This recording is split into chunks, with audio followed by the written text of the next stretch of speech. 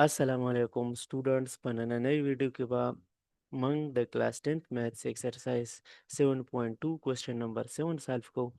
د کوېسچن 7 سټیټمنټ دی چې ان سرکل اف ریډیس 8 میټر یو سرکل دی د هغې چې کوم ریډیس دی هغه 10 میټر دی. فایند د ډسټنس ټریولډ بای ا پوینټ.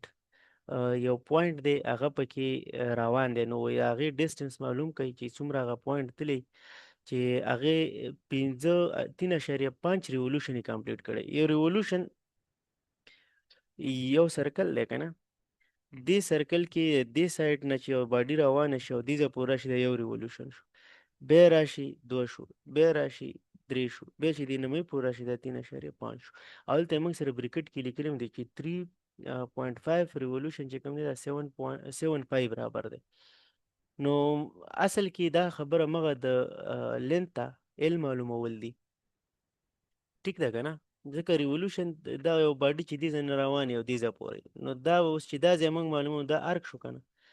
نو اوس دا انګل دې کې تیټه ده او هغې کې موږ سره لیکلي ریولوشن کې یعنې 7 پای راکړې ده. ټیک ده که نه؟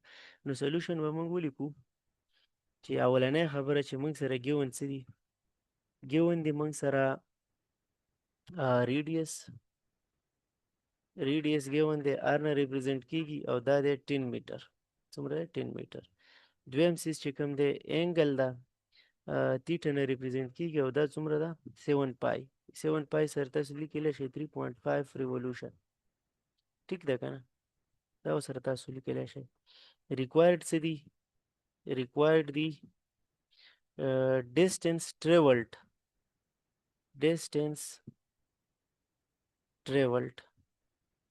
یعنی مغه لینث ښیي ارک والا لینث.